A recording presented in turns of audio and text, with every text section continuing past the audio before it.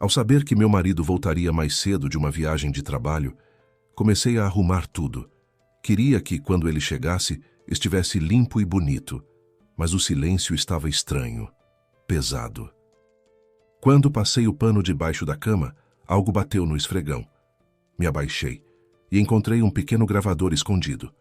Na hora, até pensei que fosse mais uma das brincadeiras dele, mas por algum motivo senti um arrepio estranho. Apertei o play. No início, um som baixo, quase nada. Então a conversa começou. E em poucos segundos, meu coração disparou. Eu não conseguia me mexer.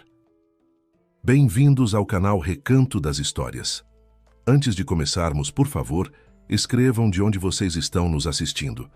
Gostamos muito de saber até onde nossas histórias estão chegando. Desejamos que você tenha uma ótima experiência ao ouvir esta história fascinante. Bom, Tânia, a situação é a seguinte. Tudo deu errado completamente. Chegamos aqui, entende, nesse fim de mundo, e nosso principal investidor, por causa de quem toda essa confusão aconteceu, para quem eu larguei tudo e vim até um lugar tão distante, acabou ficando doente ou aconteceu alguma coisa com ele. Enfim, ele não veio. Parece que não vão assinar o contrato conosco. Em resumo, nossa maré de azar continua, e eu tinha depositado as maiores esperanças nessa pessoa. Tanto tempo investido nele. No geral, minha viagem de negócios terminou antes do prazo. Em algumas horas vou para casa. Me desculpe se atrapalhou seus planos. Vai lá cancelando o encontro, preparando o jantar, fazendo a limpeza. Enfim, espere o marido em casa. A voz masculina no telefone soava cansada, desconcertada e um pouco irritada, embora tentasse fazer graça. Tânia entendia muito bem aquela voz. Ela pertencia ao seu marido, Victor, um homem extraordinariamente ocupado e sobrecarregado com os problemas intermináveis de um grande empreendimento, do qual ele próprio fazia parte havia muitos anos. Era um negócio sério, construção de instalações especializadas e montagem de equipamentos complexos nelas. No entanto, Tânia não entendia muito bem essas questões. Na verdade, entendia pouco também, apesar de ser casada com Victor Saraiva há quase 15 anos.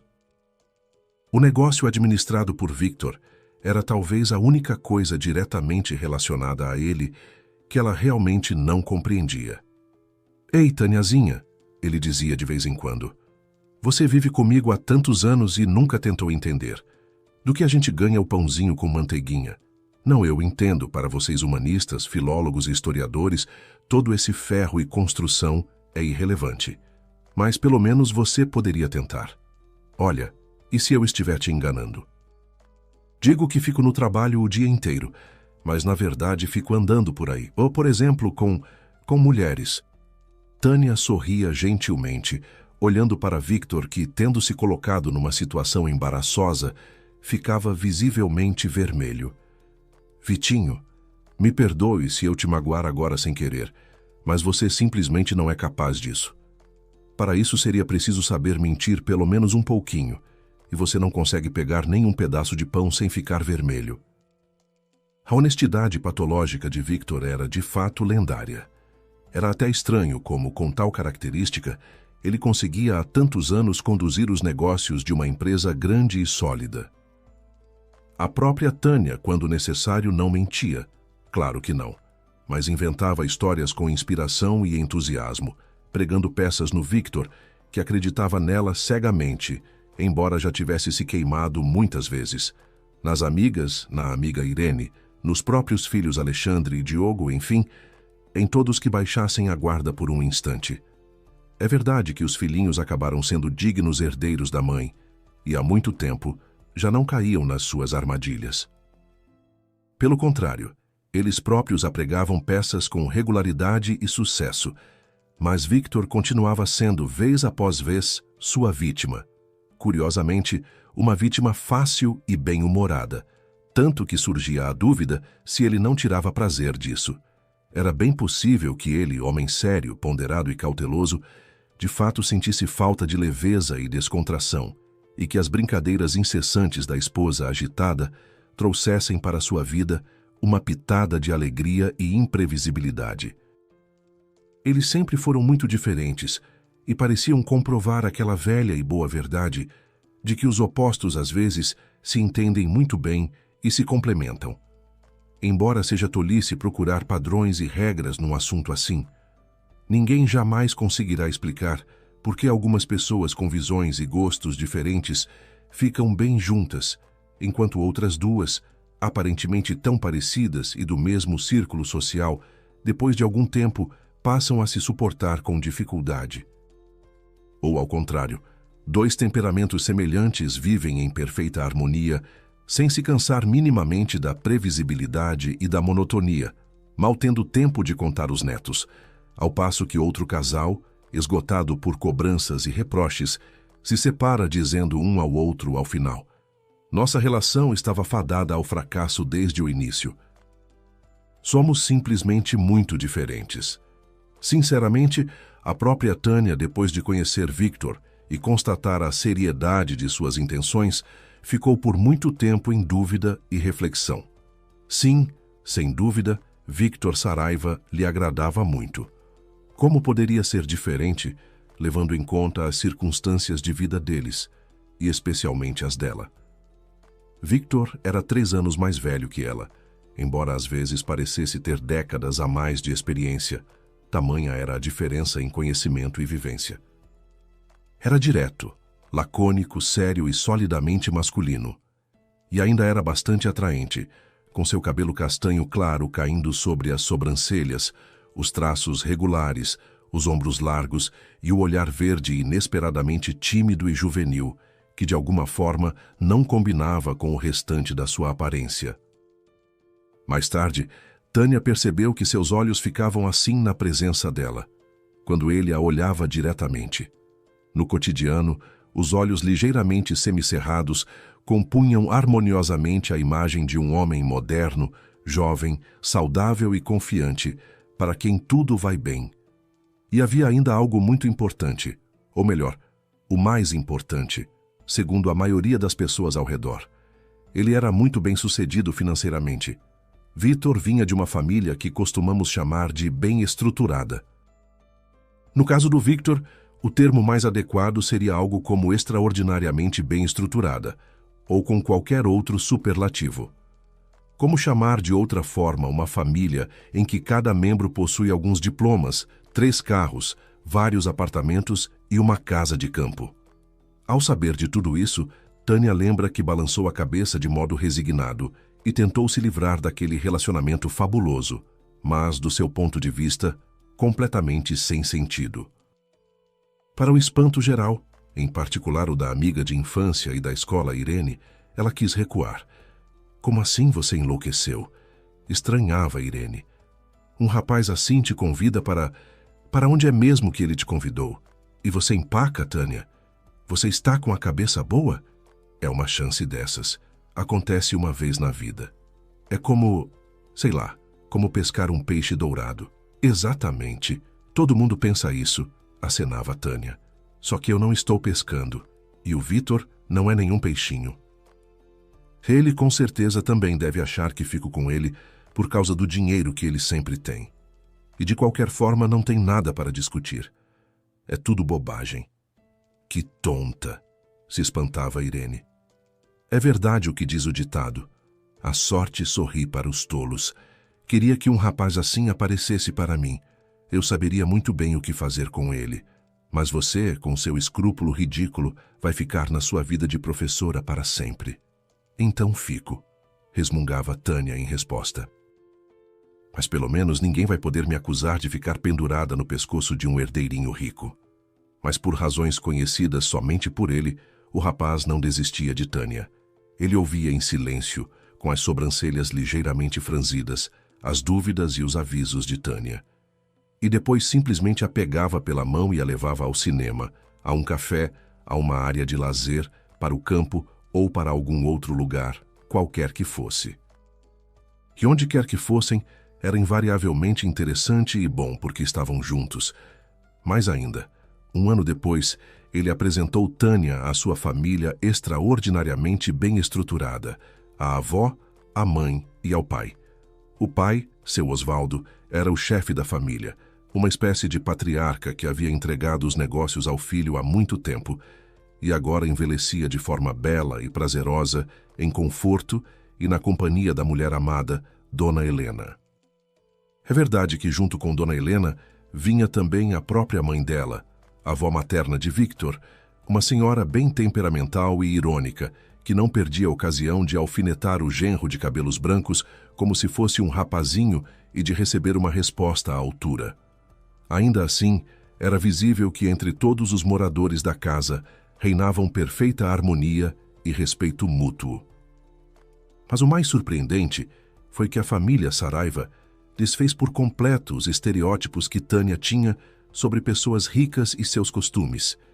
Ela esperava encontrar olhares perspicazes e avaliativos, palavras educadas na forma, mas vazias no conteúdo, e uma recepção indiferente que claramente lhe diria: "Sabe o que, minha cara?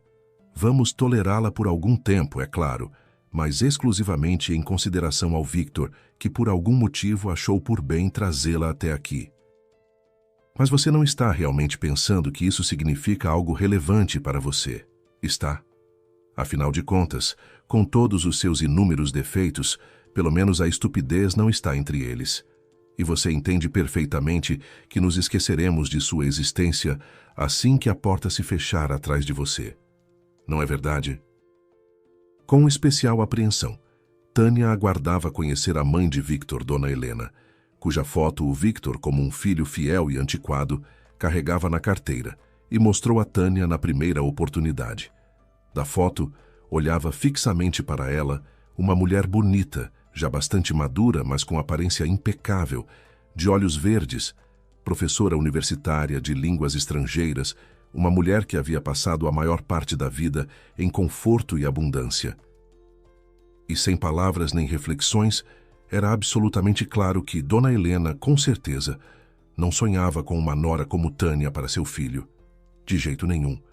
E as palavras do Victor de que seus pais não eram assim, que eram simples e acolhedores, que não havia nada de esnobe ou de rico exibicionista neles, é claro que não tranquilizavam Tânia.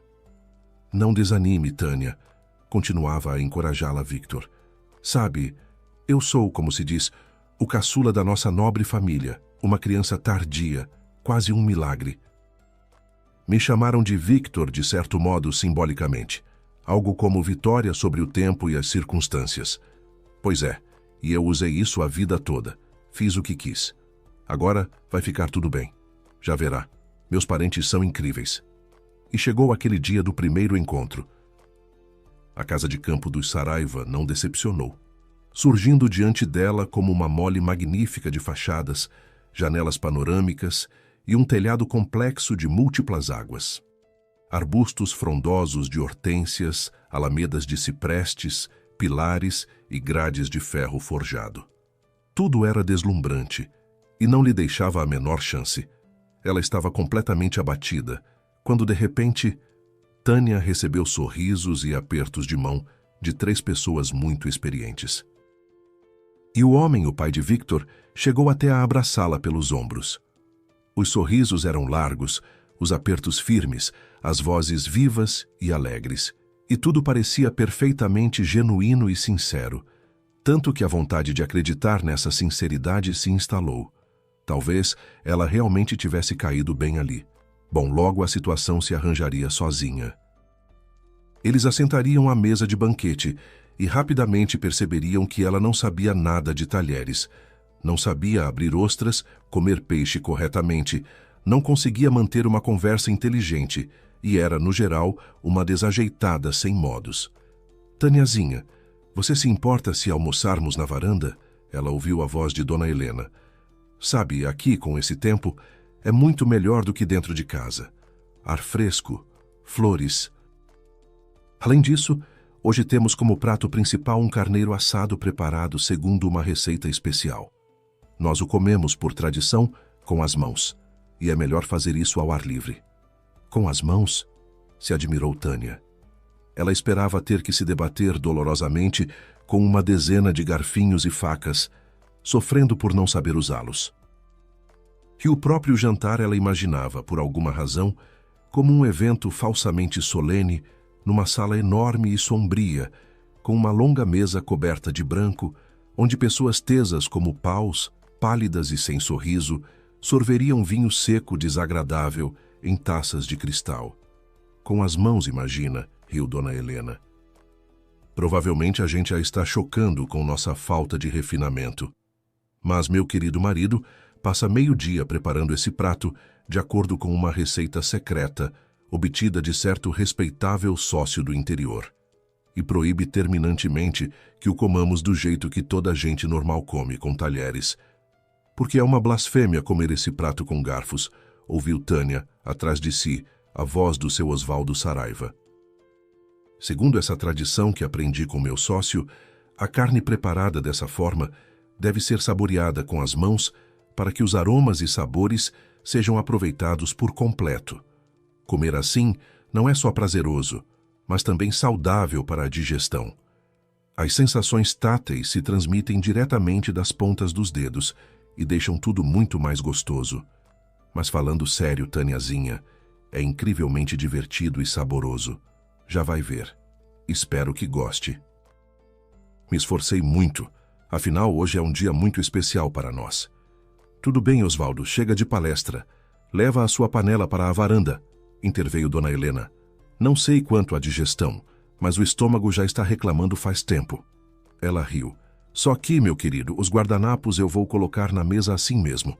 Limpar as mãos engorduradas na roupa eu me recuso categoricamente. Acho que nossos convidados vão me apoiar. Pouco depois, Tânia estava sentada na varanda coberta de verde, inalando o perfume das ervas e especiarias que se entrelaçavam num buquê surpreendente, e praticamente ouvia seu estômago roncar. Os donos da casa faziam graças um com o outro, riam e disputavam entre si para oferecer-lhe bebidas, guardanapos, legumes e assuntos de conversa. O consumo do prato extraordinariamente saboroso terminou num escândalo de brincadeira. Seu Osvaldo, cujo talento culinário todos reconheceram entusiasticamente, incluindo a encantada Tânia, realizou mesmo assim o ritual e limpou as mãos na própria camiseta, pelo que recebeu imediatamente uma bronca da esposa. Em suma, a noite do primeiro encontro terminou na mesma nota surpreendente em que havia começado. E por mais que Tânia se esforçasse para perceber, não conseguiu notar olhares tortos, sorrisos irônicos ou caras de nojo em sua direção. Tâniazinha, devo lhe dizer francamente, você agradou muito a todos nós, declarou o chefe da família na despedida. Em alguns momentos até mais que o Victor, especialmente quando, ao contrário dele, o bajulador da mamãezinha, você me apoiou, e não essas tolices de boas maneiras à mesa. Ficaremos muito felizes se você vier nos visitar com mais frequência. As palavras do mais velho, ela valorizou naquele momento, mas ainda assim as tomou como mera formalidade de um homem educado e hospitaleiro. Por alguma razão, ficou-lhe claro desde logo que a última palavra ficaria com a mãe do Victor. E a mulher não demorou para se explicar. Vejo que você ainda está esperando alguma cilada, alguma armadilha da nossa parte, e especialmente da minha. Dona Helena olhava a interlocutora com seriedade. E está completamente errada em fazer isso. De fato, não tenho nada contra o relacionamento de vocês com o Victor, e meu marido já a considera uma jovem maravilhosa. Ela fez uma pausa, esboçou um sorriso quase imperceptível e continuou. Embora eu, por ora, me abstenha de avaliações tão categóricas, me perdoe, não vou esconder, estou um tanto surpresa com a escolha do meu filho. Dona Helena se constrangeu um pouco, fez silêncio, mas ao que parecia tendo decidido ir até o fim, prosseguiu. Antes de conhecê-la, havia outras ao lado dele. Outras moças, mas respeito à escolha do meu filho e os sentimentos dele, tanto mais que parecem bastante sinceros. E, portanto, a respeito a você. E se desse respeito, vai surgir algo mais. Isso dependerá muito de você, minha cara. Dali em diante, Dona Helena jamais se afastou de sua linha de conduta. Era invariavelmente cordial, educada e irônica. E mesmo ao anúncio de Victor de que tinha feito um pedido de casamento a Tânia, ela reagiu a seu próprio estilo. Ora, No lugar da sua noiva, eu certamente recusaria. Mas não tenho o direito de julgá-la. Eu mesma, certa vez, não resisti a um homem da sua laia. Mas falando sério, dona Helena, a senhora realmente não é contra nosso casamento? Ousou perguntar Tânia, a futura sogra. Afinal, formalmente, eu não sou adequada para seu filho em nenhum aspecto. Formação mediana. Apenas uma professora de escola primária. E minha família está, digamos, muito longe da alta sociedade. Ela deu um sorriso amargo. E além do mais, Tânia, dona Helena a interrompeu. Com todos os seus defeitos terríveis que você tão corajosamente admite, você tem um talento extraordinário para se enterrar abaixo do rodapé. Não me interessa nada sua origem, nem sua vida passada. Se meu filho a ama e quer que você esteja ao lado dele, que assim seja. Todo o restante é completamente irrelevante. Sabe, em minha vida já houve um erro terrível. Eu já tentei, de algum modo... Bom, isso é completamente desinteressante e irrelevante. O que importa é que vocês estão bem juntos e, portanto, devem estar juntos. É simples assim. No fim das contas, para uma mãe não há nada mais importante do que a felicidade dos filhos. E você vai entender isso sozinha algum dia. Naquele momento, Tânia teve de repente a impressão, por um instante, de que o rosto até então belo e sereno se contraiu, como de dor. Uma dor familiar, antiga e quase esquecida, mas que não havia desaparecido por completo. Mas dona Helena se recompôs rapidamente e, já um segundo depois, sorria como de costume, com suavidade e ironia. Assim que o espanto com o pedido de casamento assentou um pouco, Tânia se viu diante do primeiro problema sério em seu relacionamento. O feliz Victor havia claramente decidido que a própria felicidade precisava ser compartilhada com todos ao redor. Ouvindo seus planos para o casamento, Tânia imaginava algo comparável em escala às comemorações do carnaval. Victor, você enlouqueceu. Para que essa festa toda? Ela se espantava. E, aliás, segundo todas as regras, é a noiva quem deve extravasar com ideias malucas e jogar dinheiro fora, e o noivo deve frear esses devaneios a todo custo, mas com a gente é tudo ao contrário. De jeito nenhum vou frear nada, Tâniazinha. Você vai ser a noiva mais linda do mundo, sonhava o futuro noivo revirando os olhos, com um vestido enorme e fofíssimo. Ele gesticulava ao redor, obviamente tentando visualizar a futura roupa de Tânia. E a cauda comprida como a de uma princesa. Faltava só isso, retrucou a noiva, que se lembrava de si mesma de vestido apenas nas festinhas juninas da escola, e na vida real preferia calças e jeans. Vou largar tudo agora e me enfeitar em metros de tule, e aliás não suporto nada que tenha a ver com casamentos. A bem da verdade, belos sonhos de casamento simplesmente não tinham de onde vir para Tânia Saraiva, de solteira Marques. A vida dela antes de conhecer Victor tinha sido bastante difícil. O pai de Tânia, um rapaz simpático chamado Dário Marques, era um homem da cidade que, por alguma razão, estava convicto de que o destino o havia privado imediatamente e de modo completamente injusto de talento, riqueza e sorte. A própria incompetência, no entanto, tornava-se menos relevante e depois desaparecia completamente, após certa quantidade de bebidas ingeridas. Dário raramente recusava uma dose, considerando a possibilidade de tomar umas e outras, após um dia de trabalho, um direito inalienável do trabalhador. A mãe de Tânia havia chegado à capital há alguns anos vinda do interior. Pretendia estudar e trabalhar, mas tudo por alguma razão tomou um rumo diferente do esperado. Embora a princípio parecesse que tudo estava se encaminhando da melhor forma possível. Uma jovem robusta e simpática chamada Natália, pronta para qualquer trabalho, conseguiu uma vaga numa equipe de serviços de limpeza. Tendo aprendido o ofício não muito complicado, ela lavava janelas em prédios novos da cidade com agilidade e sem medo. Ei, Cinderela, que tal me limpar também? Quem sabe eu não seja um príncipe? Ela ouviu certo dia enquanto descia as escadas. A vida na capital, Natália havia se adaptado mais ou menos, mas ao hábito dos moradores urbanos de se dirigirem uns aos outros com tanta facilidade e sem cerimônia, sendo completamente desconhecidos, ela não conseguia se acostumar. A piada idiota a tirou completamente do sério. Ela ficou toda vermelha e baixou os olhos. Talvez o brincalhão tivesse interpretado seu constrangimento como outra coisa. Um flerte, quem sabe? Mas já alguns segundos depois ele estava ao lado dela, e sem nenhuma timidez tirava o lenço da cabeça dela. Ah, você é uma beleza. Ele se admirou sinceramente. Você é Natália, não é? Puxa, e se a gente saísse por aí? Num cineminha, por exemplo, e depois dava para tomar uma cervejinha, quem sabe algo mais forte, para comemorar o nosso conhecimento. Tenho dinheiro, não me falta nada para você. E olha, considere que estou aqui com as intenções mais sérias. Você me agradou muito, amor à primeira vista. Diante de tal assédio, a inexperiente Natália não conseguiu resistir. Além disso, o inesperado e decidido pretendente era atraente, largo de ombros e, com um gesto generoso, tirou do bolso uma nota de um valor que ela jamais havia segurado nas mãos. Ver, havia visto, mas pegar, nunca. Nada. Você anda com o Dário? Logo depois perguntou-lhe uma mulher mais velha, colega de equipe que desde o início havia assumido uma espécie de tutela sobre a moça. Vai com cuidado.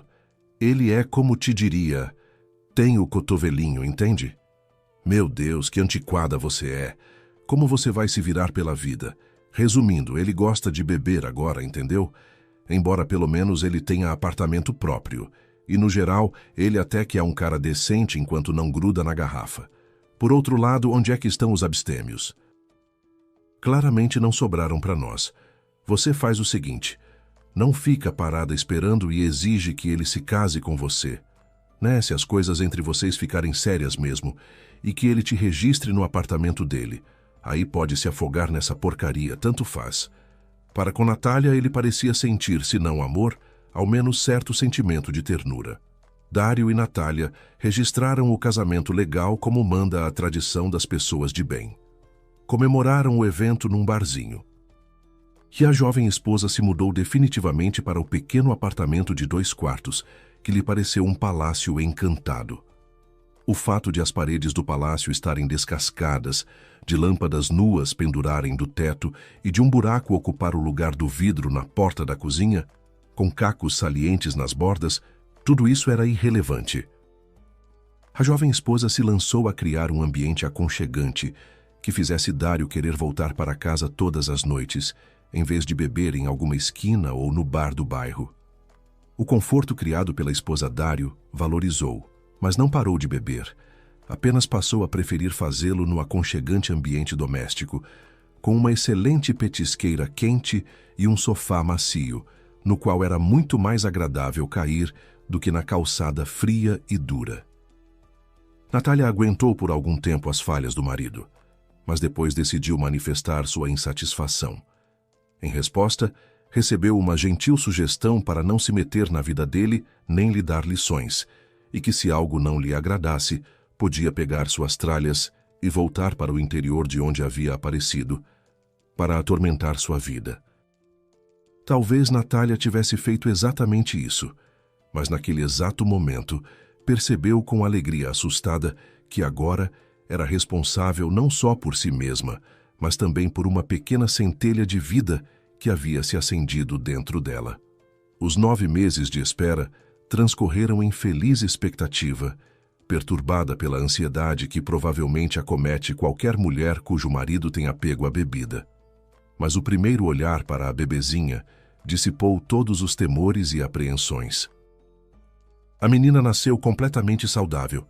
Anunciou-se imediatamente com um choro alto, corou e abriu os olhos em plena conformidade com todos os parâmetros normais. Natália, que observava a filhinha com secreta apreensão e captava os olhares e palavras dos médicos e das enfermeiras, finalmente relaxou um pouco ao ouvir. Que menina, que maravilha! É a cara da mãe. Natália, de quem alguns anos de vida na capital não haviam conseguido eliminar a frescura do interior, nem sequer amenizar o vermelho das bochechas, sorria feliz. florescendo como uma beleza oculta que até então havia sido mantida escondida. Dário ficou inesperadamente encantado com a chegada da filhinha em casa. "É claramente filha minha, olha que linda, toda a minha cara", declarou com vaidade o recém-estreado pai. Pela primeira vez em toda a vida conjugal, ele ouviu a esposa com bastante atenção, refletiu e proclamou: "Bom, precisa de mais dinheiro agora? Isso não é novidade. Você já fica às minhas custas há 3 anos balançando os pés. Mas filho é coisa sagrada. Ora, será que não entendo? Tudo bem, a partir de segunda-feira vou trabalhar." Só que a partir de qual segunda-feira exatamente ele se transformaria no provedor da família, Dário não especificou. Lembrou-se de que, afinal, o nascimento de um filho e ainda de uma filhinha tão linda precisava ser comemorado, e os feitos de trabalhador foram adiados por mais um mês. No final das contas, Dário se sacudiu, penteou o cabelo com a mão aberta e saiu em busca de ganhos. Assim foram levando até o 2º aniversário de Tâniazinha. Assim que a menina cresceu um pouco, Natália, arrancando um pedaço d'alma a cada despedida, levava a pequena à creche e saía correndo para o trabalho. Quando Tânia completou 6 anos, o chefe da família se acidentou numa obra onde trabalhava como servente de pedreiro. Depois disso, ficou ressentido com os gananciosos donos da obra, que não faziam nada pelo trabalho seguro e digno. Com os colegas idiotas que não tiveram o bom senso de ajudá-lo e apenas ficaram olhando com malícia, enquanto o Dário beberrão voava do monte de tijolos. Ficou ressentido com os médicos incompetentes que levaram meia hora para chegar, tempo suficiente para morrer 10 vezes, que o chacoalharam pelo caminho até o hospital e depois o arruinaram definitivamente com seu tratamento inútil e sem jeito. Ressentiu-se inclusive da própria pilha de tijolos, da qual havia caído tão desajeitadamente, sofrendo várias fraturas. Em resumo, Dário ficou ressentido com o mundo inteiro, mas ficar ressentido assim de graça era entediante, e então passou a diluir seus sentimentos do jeito antigo e testado, com bebida. E assim viviam. O pai trabalhava e bebia, ou melhor, bebia, e para variar, periodicamente se lembrava de que bebidas em estabelecimentos não eram distribuídas de graça, nem mesmo para personalidades tão ilustres como ele. Ele se ocupava esporadicamente de algum trabalho, mas os episódios iam se tornando cada vez mais raros e breves. A mãe se desdobrava tentando garantir à crescente Tânia, se não tudo o que precisava, ao menos o indispensável. Quando a menina completou 15 anos, uma verdadeira desgraça veio se somar à família já não muito feliz. Dário, entediado de se divertir sozinho sem encontrar apoio na esposa amada, saiu com a garrafa à procura de companhia. Em suma, encontrou parceiros fixos de bebedeira.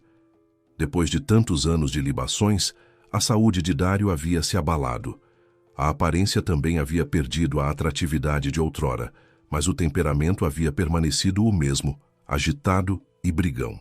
As tendências de liderança do Dário beberrão nem todos da turma apreciaram, e a mais recente rodada de bebedeira terminou com a chegada de viaturas policiais.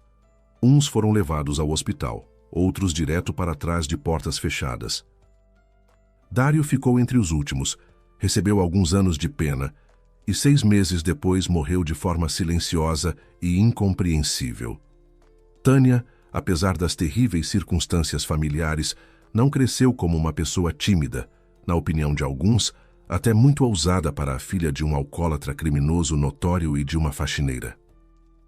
Quando Tânia ouvia tais caracterizações de sua família, resolvia a situação com rapidez e sem piedade pelos autores, sem considerar as consequências, como convocações da mãe exausta à escola ou até advertências do inspetor de menores. Embora o tio Valdir, como ela chamava desde pequena o principal policial do bairro que morava vizinho à desastrosa família Marques, se não apoiava abertamente as batalhas de Tânia pela honra, pelo menos não as condenava. A mãe, por sua vez, jamais conseguia nem repreender a filhinha, quanto mais levantar a voz. E ainda assim Tânia Marques não cresceu grosseira, nem brigona.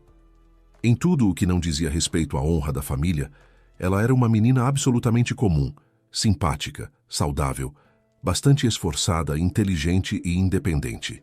Ainda assim, as difíceis circunstâncias familiares a haviam, sem dúvida, forjado. Depois da escola, vou para a faculdade de pedagogia. Ela anunciou à mãe no 2º ano do ensino médio. Para onde? Natália ficou boquiaberta. Ora essa, Tânia, vai ensinar as crianças a fazer bagunça? Não, vou ensiná-las a respeitar umas às outras, independentemente de os pais terem dinheiro ou não. A jovem respondeu com seriedade. Tânia concluiu a faculdade. Trabalhou alguns anos na escola e o destino, ao que parece, decidiu recompensá-la de uma só vez e por tudo. Ela conheceu Victor Saraiva e se casou com ele. O casamento foi um elegante compromisso entre os pontos de vista bastante ascéticos da noiva e os sonhos desmedidos do noivo abastado. Eles criaram 2 rapazes excelentes, Alexandre e Diogo. Os meninos alegravam com as notas e as habilidades, às vezes entristeciam com o comportamento, surpreendiam sinceramente ou levavam ao desespero. Em suma, eram filhos normais, amados e que amavam. Os anos iam se sucedendo um após outro, dividindo-se em segmentos habituais. Eles celebravam o Natal e o Réveillon, adorados por toda a família. Depois chegava o verão, cheio de calor, da agitação da cidade e do perfume do famoso e sempre maravilhoso prato do sogro nos fins de semana.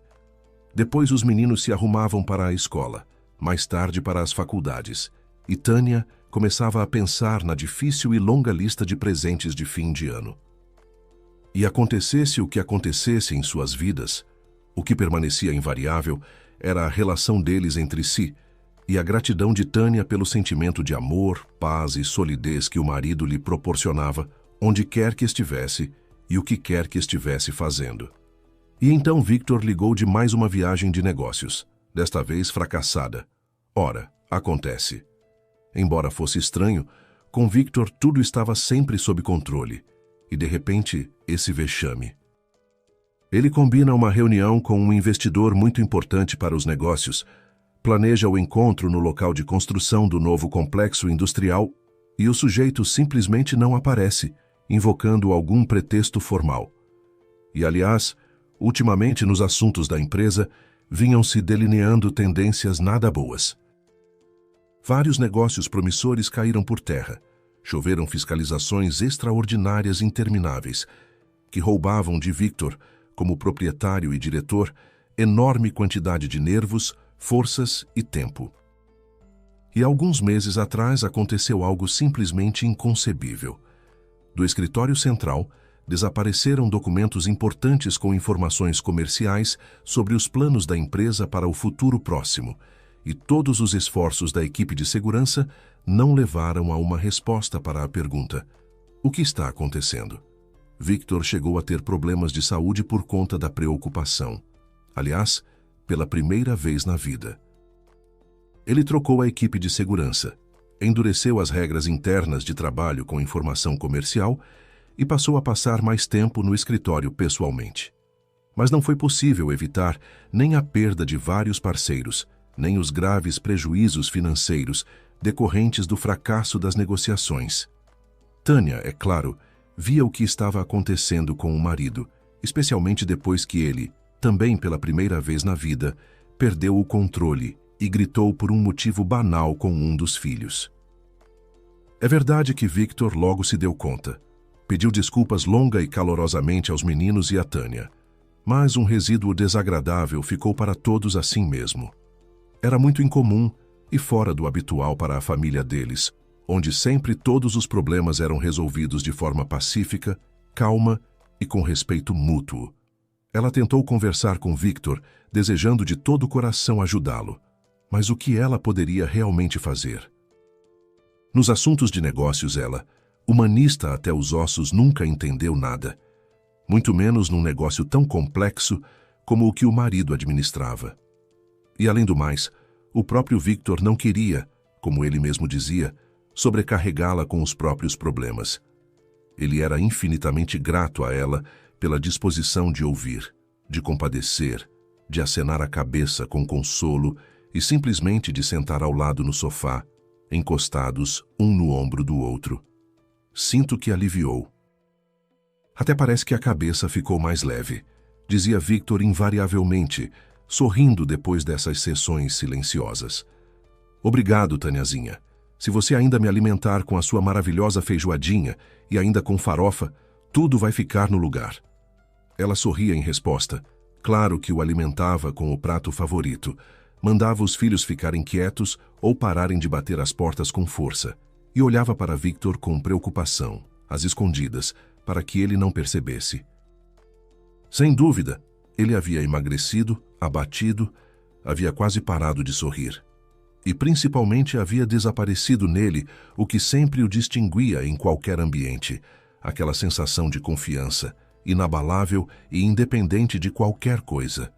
Ele até parecia ter ficado mais baixo, provavelmente por estar encurvado de forma estranha e desjeito, como se estivesse constantemente esperando um novo golpe, e sem saber de onde viria esse golpe. Ele, Victor Saraiva, que sempre soube tudo sobre todos, que enxergava os acontecimentos com um ano de antecedência e era para eles, para a família, um verdadeiro escudo indestrutível contra todos os problemas e adversidades. E agora, parecia que ele próprio precisava de ajuda e proteção.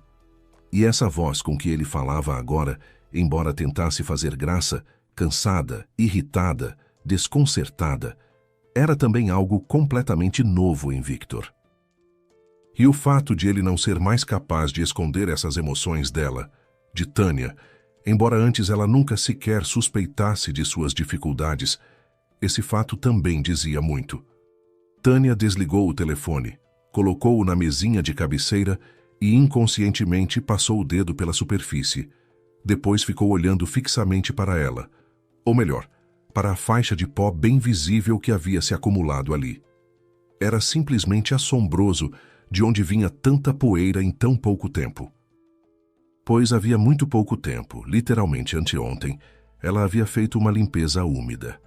E já havia de novo uma leve camada esbranquiçada sobre os móveis, e ao longo dos rodapés, a mesma poeira invencível de sempre. Claro que a grande cidade lá fora faz sua parte. E os dois meninos que ficam indo e vindo sem parar, tirando os sapatos às vezes bem além do tapete da entrada, não ajudam em nada na limpeza. De modo que as palavras de Victor sobre a limpeza antes de ele chegar não eram bem uma metáfora. Era preciso mesmo passar um pano no chão, não? Tânia suspirou e foi para o banheiro. Apesar de todo o peso do suspiro que havia acabado de soltar, as tarefas domésticas ela estranhamente gostava, e mesmo tendo a possibilidade de contratar, por exemplo, um especialista de uma empresa de limpeza, preferia fazer a arrumação ela mesma. Primeiro, porque a labuta doméstica sempre a acalmava e lhe dava a possibilidade de pensar nos seus assuntos pessoais. Segundo, porque durante a limpeza, ela sempre encontrava objetos e coisas perdidas, há muito tempo sem esperança. Por exemplo, os pares faltantes das meias dos filhos, carregadores de celular, ou a velha agenda surrada de Victor, que como enfeitiçada vivia caindo nos lugares mais inacessíveis e transformava as noites do seu dono em lamentações intermináveis. Tânia, você viu minha agenda? Fico de mãos atadas sem ela. Quantas vezes já disse para mim mesmo, passa tudo para o celular. Terceiro, a tarefa de organizar um apartamento grande, confortável e lindamente reformado sempre parecia a Tânia uma brincadeira de criança, comparada com as faxinas no velho casebre dos pais onde ela havia crescido.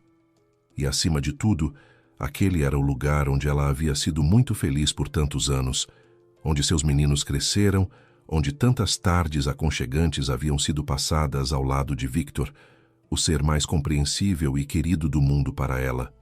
Em suma, era onde ela era feliz. E permitir que alguém de fora andasse por ali com seus jeitos, mexesse e deslocasse as coisas deles, deixando um rastro de presença alheia, por mais imperceptível, ainda assim sentido, Tânia não conseguia. Que considerassem isso tolice, capricho, sinal de suas origens humildes, tanto faz. A ordem em sua casa ela manteria somente com as próprias mãos. Ela pegou o esfregão e começou a vasculhar vigorosamente debaixo dos móveis, resmungando enquanto retirava de lá flocos e rolos de poeira, as onipresentes meias dos filhos e até o tênis do Alexandre, que havia ido parar debaixo do armário de forma inexplicável.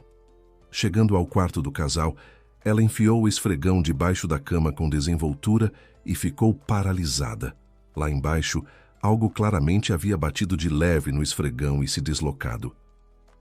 Tânia olhou para baixo e depois se deitou de vez no chão, esforçando-se para alcançar o objeto misterioso e inesperado. Depois de 1 minuto de bufadas, resfolegados e palavrões, ela examinou a descoberta com surpresa. Era um pequeno gravador portátil, um dos equipamentos que Victor costumava usar na empresa para registrar reuniões e negociações. Ela o reconheceu de imediato. Era o tipo de aparelho que ele eventualmente trazia para casa nos períodos de maior pressão no trabalho. Desta vez, porém, ele o havia colocado ali de propósito, enfiado debaixo da cama, bem posicionado, claramente com a intenção de registrar o que acontecia durante a noite. Não havia outra explicação possível. Os meninos, com seus gadgets modernos e avançados, provavelmente nem sabiam o que era aquilo. Para ela, Tânia, um dispositivo de gravação de som também não tinha utilidade nenhuma. Aquilo só podia ser coisa do Victor. Mas então, ela entendeu, e ao entender, não pôde conter a risada. Tânia ficou pensativa por apenas um instante. Girou o objeto entre os dedos e de repente se animou, respirou fundo e caiu na gargalhada. Ora, ela entendia perfeitamente. Sabia exatamente por que o gravador estava debaixo da cama e o que deveria ter registrado. Como ela tinha podido esquecer? Ah, Victor, ele estava de volta com suas coisas. Era uma velha briga familiar, praticamente a única questão que de tempos em tempos lançava uma pequena sombra sobre a vida conjugal serena dos Saraiva. Você não dormiu direito? Ela perguntava periodicamente ao marido, vendo-o esfregar os olhos. Bem, não exatamente, embora acordei umas 2 vezes, respondia Victor. É que, Tâniazinha, você roncou um pouquinho esta noite. Victor, você de novo. Tânia se irritava. Eu já te expliquei 1000 vezes.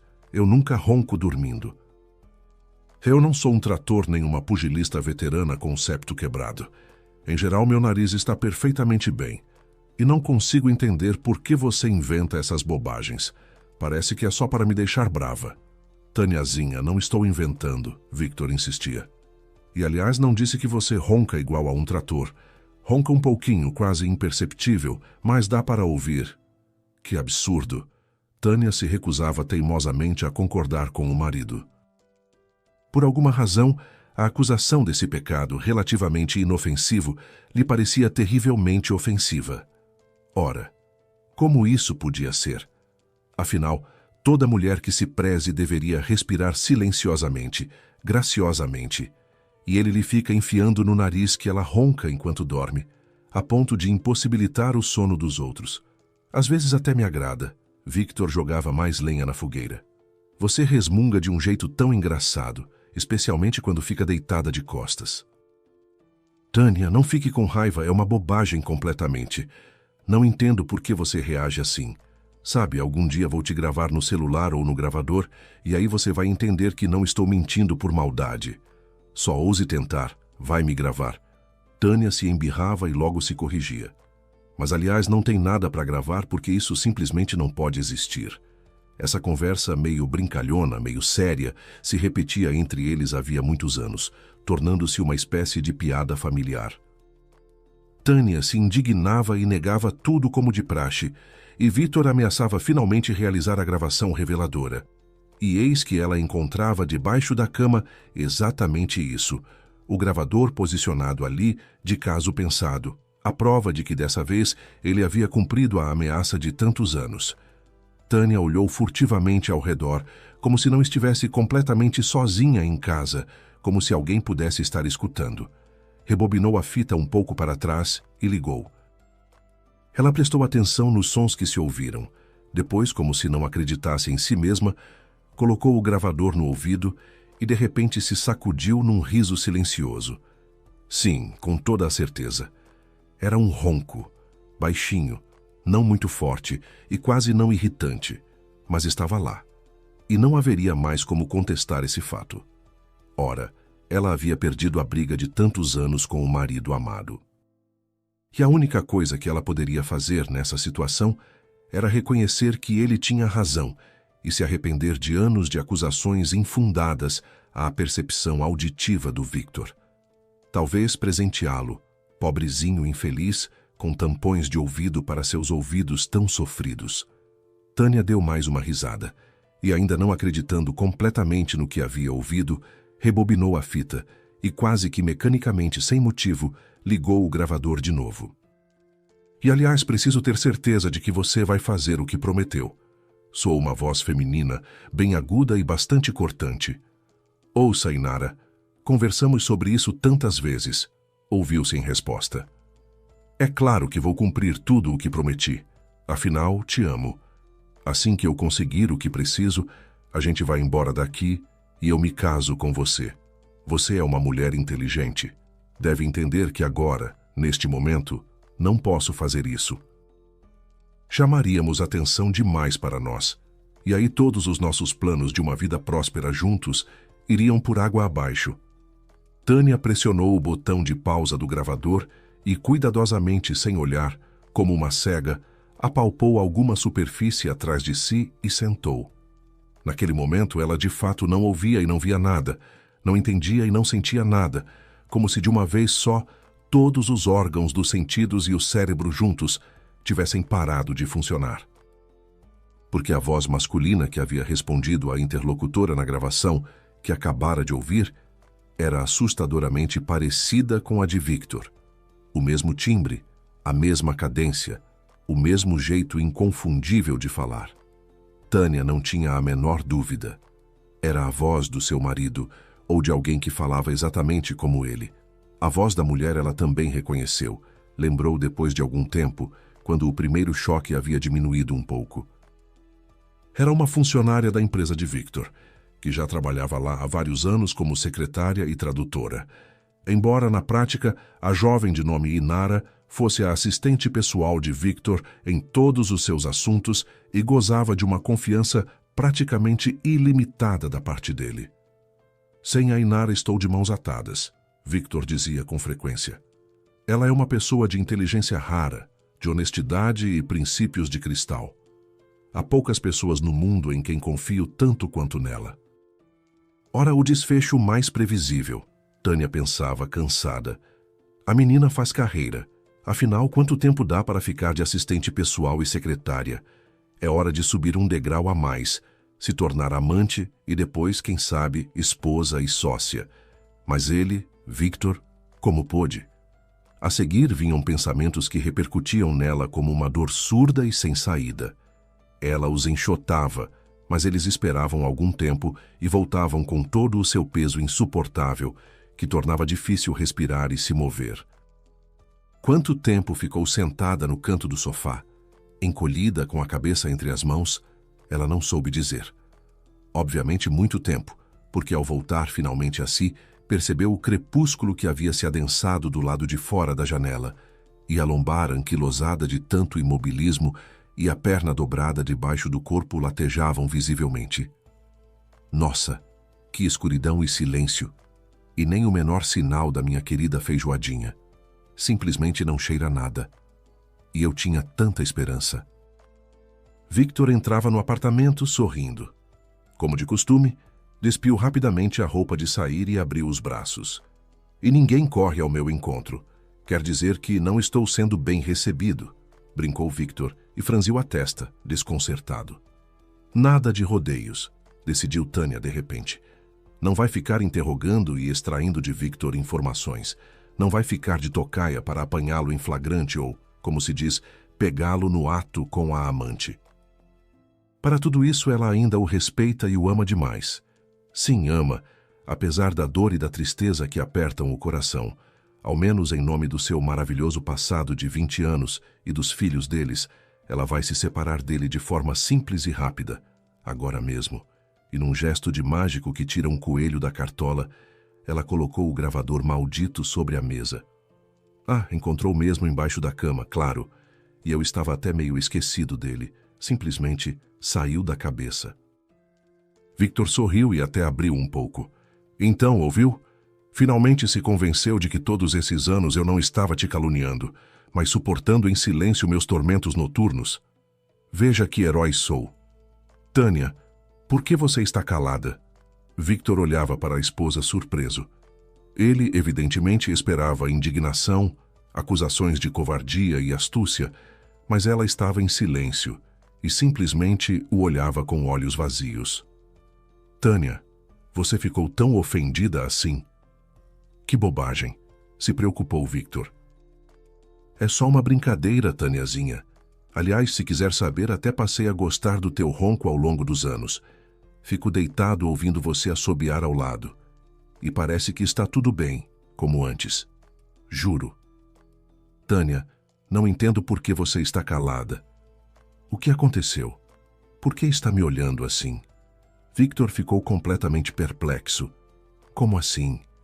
Finalmente ela conseguiu abrir os lábios. De um jeito terrível. Não sei, como para uma coisa estranha e repulsiva. Victor deu de ombros. Porque me dá mesmo nojo de te olhar, ela assentiu. E porque você, por mais absurdo que soe, acabou se tornando para mim um estranho. Tânia, o que você está dizendo? Ele ficou apavorado. Não entendo nada. O que você quer dizer? Isso aqui. Tânia colocou o maldito gravador sobre a mesa e o empurrou em direção a Victor com a ponta do dedo, como se não quisesse se sujar com aquele objeto. Ainda não entendo. Pode me explicar direito o que aconteceu? Como o seu gentil roncozinho me transformou num estranho. Ele parecia genuinamente desconcertado e sem entender. Será que ele realmente não se lembrava? Ou estava fingindo com uma maestria até então desconhecida? Tudo bem, agora ela ia fazer o gravador falar por ela. Aconteceu que você foi longe demais, Vitinho. Tânia sorriu sem graça. Não percebeu que esse gravador já tinha outra coisa gravada nele antes do seu projeto de me pegar no flagra do ronco. Uma gravação interessante e surpreendentemente cativante. Parece que alguém tem o hábito de registrar conversas importantes. E desta vez se esqueceu de apagar antes de usar o aparelho para outras finalidades. Chega, Victor. Tânia fez um gesto de cansaço. Se foi pego em flagrante, tenha a coragem de confessar. Em que flagrante, Tânia? Você consegue me explicar do que você está falando? Victor estava quase com raiva. Mas como ele conseguia, numa situação como essa, parecer tão sincero, tão desconcertado e insuportavelmente familiar? Ela deveria odiá-lo agora, e por alguma razão, a vontade era de abraçá-lo. Certo, era preciso encerrar toda essa bobagem parecida com uma peça ruim sobre o marido infiel e a esposa tola. Agora ela vai rebobinar a fita e simplesmente ligar o gravador, e tudo vai terminar. As vozes feminina e masculina há muito haviam se calado. Seguiram-se alguns minutos preenchidos pelo tênue, mas sonoro ronco de Tânia, que ambos também escutaram, com rostos completamente de pedra. Victor de repente se sacudiu, agarrou o gravador, rebobinou de novo a gravação e ligou o som. Não, isso sem mim. Tânia se levantou de um salto. Se você sentiu tanto a falta da vozinha da sua amante e resolveu reouvir tudo isso, pelo menos espere eu sair. Tânia, para! Victor largou o maldito gravador sobre a mesa e se levantou atrás dela.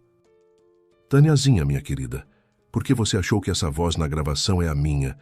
Olha nos meus olhos e me diz, você realmente acredita que sou capaz disso? Olha, para de vez, tá? Não me humilhes fazendo de mim uma idiota. Tânia se indignava. Vai dizer agora que a segunda voz não é da sua maravilhosa e super honesta Inarinha? A voz feminina pertence sem dúvida a Inara, assim como o gravador. É um equipamento corporativo da empresa. Foi ela quem fez essa gravação. Eu peguei o aparelho da mesa dela sem verificar o que havia nele. Trouxe para casa e o coloquei debaixo da cama para realizar, enfim, minha velha promessa de te pegar no flagra do ronco.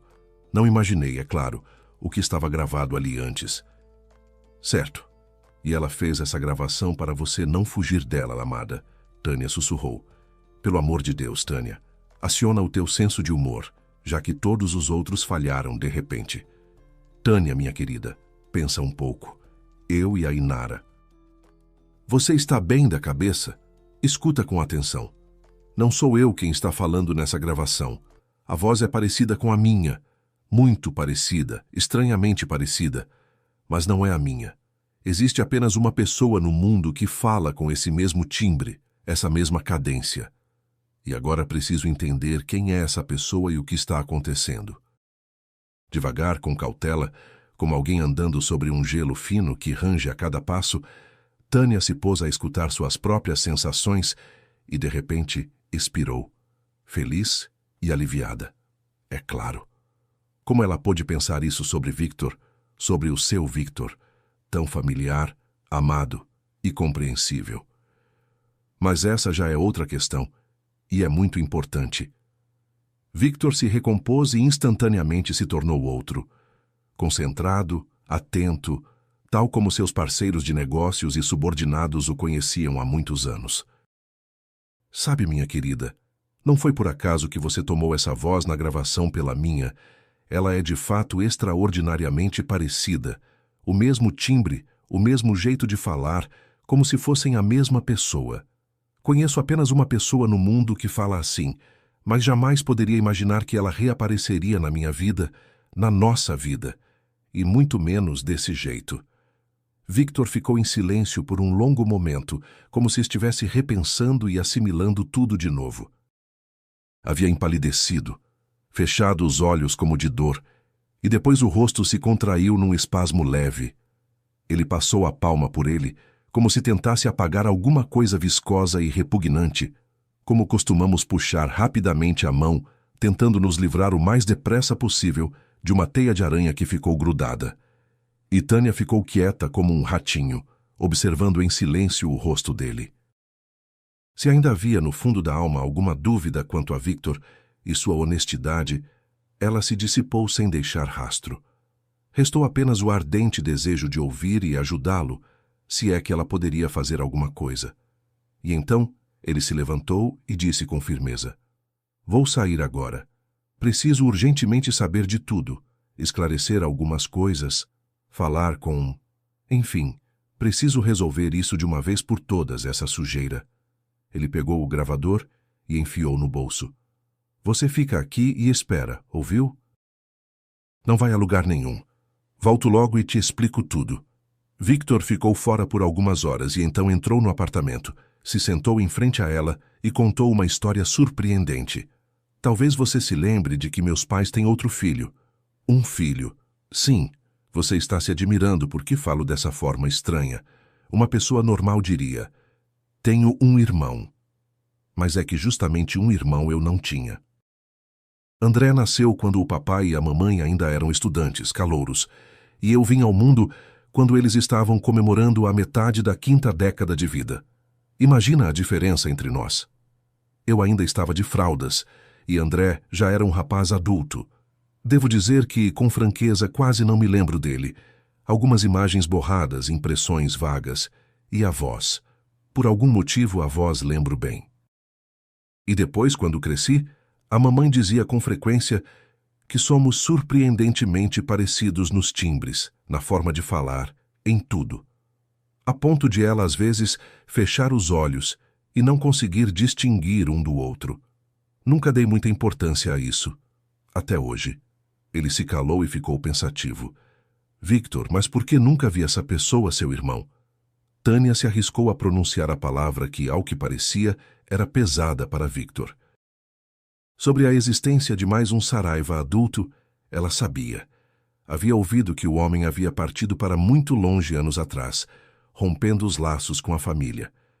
Mas perguntar os detalhes era de alguma forma desconfortável, e o próprio sogro, a sogra e Victor claramente não tinham pressa em compartilhar a história que evidentemente os atormentava. Sempre bem-humorados e alegres, ao menor aceno nesse assunto, escureciam o rosto, se fechavam e ficavam calados de forma afligida. Era talvez a única sombra escura naquele horizonte familiar sereno e feliz. Sim, porque em todos esses anos ele não apareceu nenhuma vez. Victor sorriu com amargura. Entende? Há muitos anos houve um escândalo terrível entre ele e os meus pais. Não conheço muito bem os detalhes. Lá em casa esse assunto nunca era proibido. Não, mas era como uma ferida aberta que não cicatrizava. Entende? Quando você não toca, não esfrega, já não dói tanto assim. Mas como assim, Victor? Tânia ficou agitada. Tudo bem, concordo. Não se deve enfiar os dedos nas feridas, mas é preciso tratá-las. Como é que seus pais, tão inteligentes, fortes e experientes, não conseguiram encontrar uma forma de se reconciliar com o filho? Como se pode agir assim? Ah, ora, os meus pais tentaram muitas vezes e acredite, com todo o seu conhecimento, sabedoria e esforço. Mas para a reconciliação, é preciso que os dois lados queiram, entende? E ele, André, simplesmente nos apagou da vida dele, ao que parece de vez. Fui até ele também, sabemos o endereço. É muito longe em outro país. Pois bem, ele simplesmente não me deixou entrar, imagina? Disse que eu havia tomado tudo o que lhe pertencia por direito, presumivelmente a empresa do pai. E sobre os meus pais disse que não os tinha, que fazia muito tempo. É isso. No geral, foi ele próprio quem escolheu essa vida, e ninguém conseguiu dissuadi-lo. Nem nós, nem as pessoas, nem mesmo o tempo. Que horror! Tânia deu um arrepio. E eu que achava que a minha família era problemática. Pois é, provavelmente somos capazes de bater qualquer um em termos de segredos de família. Victor assentiu, triste. O mais terrível é que aquela briga aconteceu por causa de dinheiro. Meu pai pegou André em negociatas secretas com os concorrentes. No geral, veio à tona uma história muito feia. Os dois perderam a cabeça. Disseram um monte de coisas horríveis um para o outro. Em suma, brigaram feio. Mas se o meu pai logo esfriou, se arrependeu e tentou resolver tudo, André nunca o perdoou, mesmo sendo o único culpado. E todos esses anos, as nossas tentativas de acabar finalmente com esse horror, ele invariavelmente declarava que não nos conhecia, que nos odiava a todos nós, junto com o nosso negócio e até com a cidade onde ele próprio nasceu. E agora, de repente, essa gravação com a voz dele, a voz de André, tão idêntica à minha, que até você que me conhece há 20 anos se enganou. Victor, depois de um silêncio, continuou. Claro que eu não tinha certeza absoluta de que era ele, e conversei com a Inara. Afinal, ela é, no fundo, uma pessoa honesta. Ela tentou se esquivar, mas logo se enrolou e se entregou. Acontece que há quase um ano ele está cortejando a Inara, com as mais sérias intenções. Ele lavou tanto a cabeça dela, que ela concordou em ajudá-lo a obter sua suposta parte legítima do nosso negócio. E então, ele prometeu lhe proporcionar uma vida digna. Só que a Inara, no fundo, não confiava completamente nele, e por precaução, sem que ele soubesse, gravou uma das conversas mais comprometedoras no gravador da empresa. Queria ter uma prova nas mãos caso as coisas saíssem errado. O gravador ficou na mesa dela. Eu o peguei para usar em casa sem verificar o que havia nele, e foi assim que a gravação da Inara acabou chegando debaixo da nossa cama, revelando muito mais do que meu projeto de provar o seu roncozinho. E todos os nossos problemas com o roubo de informações, a perda de parceiros, as fiscalizações extraordinárias, é obra dele. Imagina. Que história! Tânia expirou. Mas que estupidez da parte dessa pessoa. Por que prejudicar uma empresa que você quer tomar para si? Bem, provavelmente ele queria que a gente ficasse nervoso, começasse a vender parte dos ativos, se endividasse. De qualquer forma, é mais fácil arrancar um pedaço de uma empresa que está oscilando do que entrar numa briga com pessoas sólidas e confiantes em si. Mesmo assim, não sei todos os seus planos e cálculos, e, aliás, não me interessam. Em toda essa incrível história, o mais surpreendente é outra coisa. Victor abraçou Tânia, beijou-a na bochecha e olhou nos olhos dela. Pois afinal o que salvou todos nós de problemas, de uma possível ruína e até da perda da empresa. Pensa só, o gentil ronquinho da minha esposa. E os dois caíram numa gargalhada feliz.